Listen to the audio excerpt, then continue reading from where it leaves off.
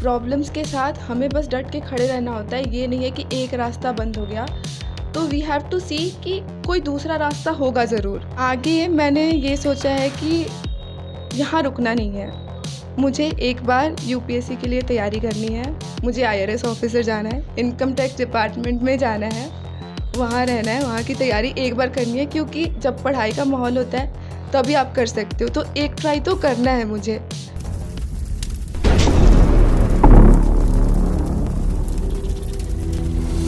ये लड़की जो किस तरह से रक्सौल में धमाल मचा दी, सीए बन के आई। और वो सीए रक्सौल में और रक्सौल के आसपास में बहुत ऐसे भी हैं जो सीए तो ज़रूर हैं, लेकिन इनकी रैंकिंग और इन्होंने जो पहले पढ़ाई करी है और जिस लेवल पे अभी पहुंची हैं, ये सारी बातों को मैं बारीकियों से उनसे पूछूंगा और आपको दिखाऊंगा, हमारे चैनल के माध्यम से उन तक पहुंचाऊंगा जो बच्चे सीए की तैयारी कर रहे हैं।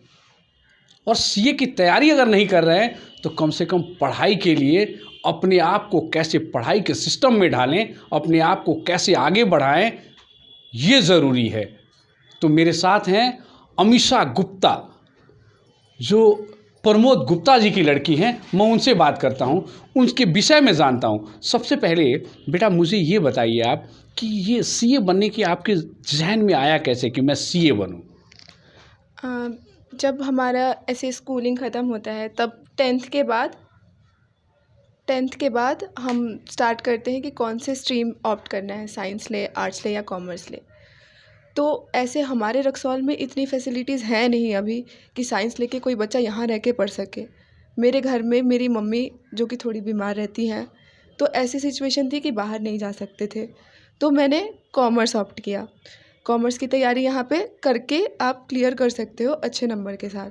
कॉमर्स की पढ़ाई करते के टाइम में मैंने यहाँ रमेश चौरसिया के पास से पढ़ाई शुरू करी। उन्होंने बताया कि सीए किया जाता है, सीए मतलब कॉमर्स फील्ड में सबसे अच्छा मानते हैं, प्रोफेशनल कोर्स है, उसकी डिग्री होती है। पूरी पढ़ाई जो आपने करी, जैसे कि इनिशियल आपने यहीं से रक्सौल से ही पढ़ाई करी है, किन किन स्कूलों में आपने पढ़ा है, फिर वो थोड़ा डिटेल में हम समझाइए, क्योंकि हमारे व्यूवर्स वो देख रहे हैं, क्योंकि वो समझें कि किस तरह से तैयारियां करी जाती हैं, आगे बढ़ने के लिए किस तरह से डिफ़िकल्टियां उठानी पड़ती हैं। देखिए परेशानियां तो उठानी पड़ी होंगी बहुत सारी, जैसे आपने अभी बोला कि मम्मी की स्थिति थोड़ी तबीयत ख़राब होने की वजह से मैं बाहर नहीं जा पा रहा, उनको बताइए। मैं बताना चाहती हूँ कि प्रॉब्लम्स तो आती हैं लाइफ में, प्रॉब्लम्स के साथ हमें बस डट के खड़े रहना होता है। ये नहीं है कि एक रास्ता बंद हो गया तो वी हैव टू सी कि कोई दूसरा रास्ता होगा ज़रूर, उसमें ही आप मेहनत करके उसमें ही आप आगे बढ़ सकते हो। छोड़ना नहीं होता है, कंसिस्टेंसी फॉलो करनी होती है। कंसिस्टेंसी जो फॉलो करते हैं वो ज़रूर कुछ ना कुछ हासिल कर लेते हैं, लाइफ में काफ़ी अच्छा अचीव करते हैं। तो ऐसे मेरी सीए की जर्नी स्टार्ट हुई, वहाँ मुझे पता चला कि सीए का कोर्स ऐसे कुछ होता है। फिर आफ्टर 12th मैंने घर पे बात करी, मैंने बोला, मम्मी उतनी ठीक नहीं रहती थी, फिर भी भैया ऑलरेडी बाहर रहते थे मेरे, तो घर में हम 4 लोग, अभी न्यूक्लियर फैमिली हमारी, तो 4 लोग थे। तो फिर मम्मी का देख रेख करने के लिए भी किसी को रहना ज़रूरी है घर पे। बट वो सब के बावजूद एक हार्ड स्टेप लिया गया। मेरे डैडी मम्मी ने दोनों ने बहुत सपोर्ट किया। उन्होंने बोला कि नहीं, पढ़ाई का उम्र है, पढ़ाई करनी है तो बाहर भेजना है। फिर मैंने सीपीटी के लिए सीए की जर्नी स्टार्ट हुई दिल्ली से। प्रारंभिक पढ़ाई के विषय में बताइए कि जब स्टार्ट किया आपने तो कहाँ से स्टार्ट किया इसके लिए? प्रारंभिक शिक्षा मतलब स्कूलिंग एंड ऑल? स्कूलिंग है। ओके, स्कूलिंग मेरी स्टार्ट हुई है डंकन एकेडमी। डंकन एकेडमी ऐसा स्कूल है जहाँ पे सारे क्रिश्चियन टीचर्स बाहर से आते हैं। वहाँ का माहौल हमारा अच्छा स्टार्ट हुआ, भैया ने भी वहीं से स्कूलिंग करी थी। फिर उसमें एफिलिएशन का कुछ इशू आया, फिर 9th-10th के लिए मैंने जीडीएस एकेडमी ज्वाइन किया। जीडीएस एकेडमी से 10th मैट्रिक ख़त्म करने के बाद, उसके बाद उस टाइम पे भी काफ़ी अच्छा स्कोरिंग रहा था, डिस्ट्रिक्ट लेवल पे काफ़ी अच्छे मार्क्स वार्क्स भी आए थे।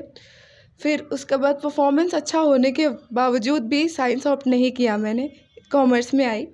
और फिर उसके बाद यहीं विमेंस कॉलेज नागा रोड में जो है एसडीवीएम विमेंस कॉलेज। आपने ये बोल दिया कि साइंस ऑप्ट नहीं कर पाए, रीज़न कुछ जो आपने बताया नहीं, बट आप एक चीज़ देखिए, आप तो अब वहाँ पहुँच चुकी हैं।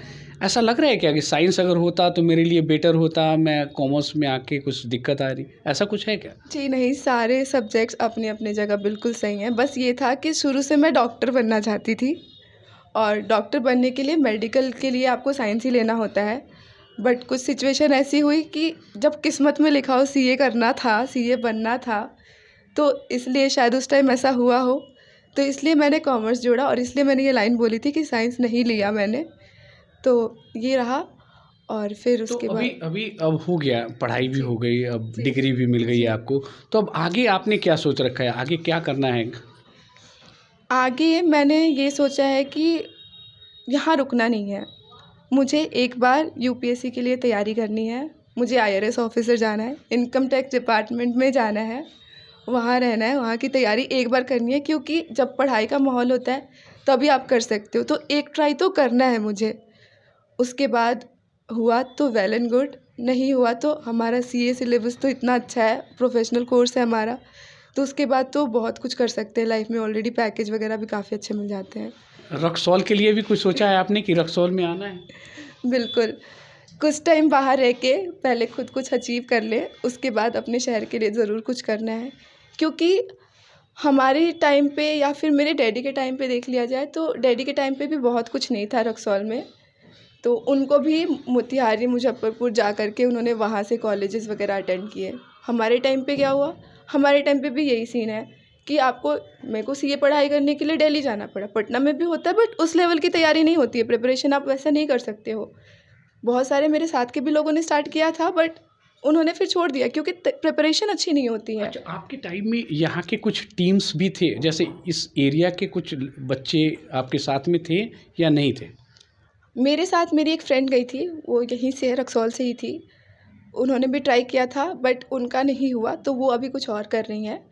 बट सीए प्रोफेशन में ही मुझे यहाँ के बहुत सारे लोग मिले हैं जो कि हमारे स्टेट के लिए, क्योंकि वो रक्सौल से नहीं है, कुछ बेतिया से हैं, कुछ मोतिहारी से हैं।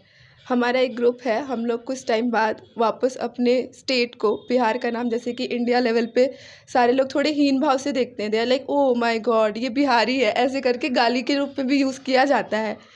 बट अच्छा, इतना पढ़ाई के समय में भी ये बिहारी जो है, बिहारी अभिशाप है करके इस तरह का लोग यूज़ करते हैं, बहुत सारी बातें आती हैं, और स्पेशली दिल्ली में रही हैं आप, तो बहुत सारा सुनने को मिला होगा। कुछ इस तरह की बातें आपको आया है क्या दिमाग में कि यार इस तरह के लोग बोलते हैं, बड़ा ख़राब लगता है?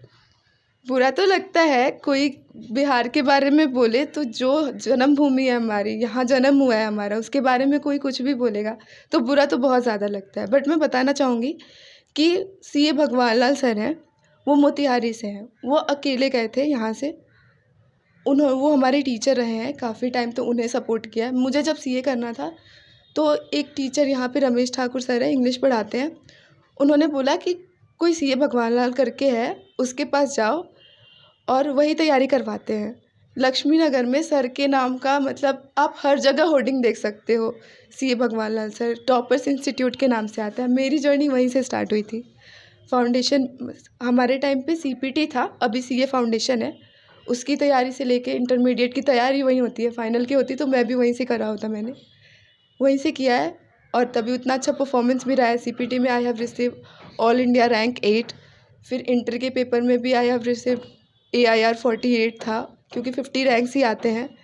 हाँ, अनफॉर्चुनेटली फाइनल में रैंक नहीं है बट इसमें भी क्लियर किया मैंने अच्छे नंबर से। अच्छा, आप जो है रक्सौल और रक्सौल के आसपास के या अपनी स्टेट्स के बच्चों के लिए क्या मैसेज देना चाहती हैं आप अपनी माध्यम से?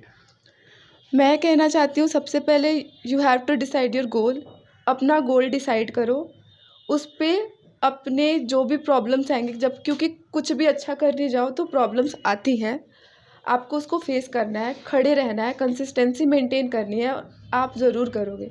फैमिली का सपोर्ट बहुत ज़्यादा ज़रूरी होता है। तो मैं पेरेंट्स से भी कहना चाहूँगी, जैसे मेरे पेरेंट्स सपोर्टिंग हैं, बीइंग ए गर्ल मुझे बाहर भेजा, मैं चाहूँगी आप लोग भी अपने बच्चों को भेजें बाहर, उनमें थोड़ी सी उम्मीद जगाएं, उनमें बिलीव करें, क्योंकि बिहार के लोगों में बहुत टैलेंट होता है। देखिए, ये मेरे साथ बातचीत करने के लिए अमीषा गुप्ता जी थी, और बहुत अच्छा लगा मुझे ये सारी बातों को सुन के, क्योंकि जो हमारे व्यूअर्स देख रहे हैं, कम से कम उनके बच्चों को, अगर उनके छोटे छोटे बच्चे हैं, उनमें ये ज़रूर आप जिज्ञासा आए कि आगे बढ़ें, पढ़ें और पढ़ के आगे बढ़ें और कुछ ना कुछ, क्योंकि प्रॉब्लम्स आएंगी ही आएंगी। उनकी माँ और उनके पापा भी मेरे साथ में हैं, उनसे जानते हैं वो इस खुशी के लिए आगे वो क्या कहते हैं, जानते हैं। प्रमोद भैया, कैसा लग रहा है आपकी लड़की आज? बहुत बहुत खुशी की बात है, बहुत आनंद है। जी, आप भी कुछ कहेंगे? जी, मेरी बेटी का सपना पूरा हो गया, इससे ज़्यादा खुशी की बात और हम लोग के लिए क्या हो सकती है। हम लोग बहुत खुश हैं। बहुत बढ़िया, बहुत बढ़िया। ये दोनों माँ और पापा के जो चेहरे जो हैं खुशी से, वो खुशी है चेहरे से झलकती है। कितने खुश हैं दोनों के दोनों कि हमारी लड़की आज इस मुकाम पे पहुंच गई हैं। इन तमाम बातों के साथ, इन तमाम जानकारियों के साथ मैं नवीन गिरी, खबरी।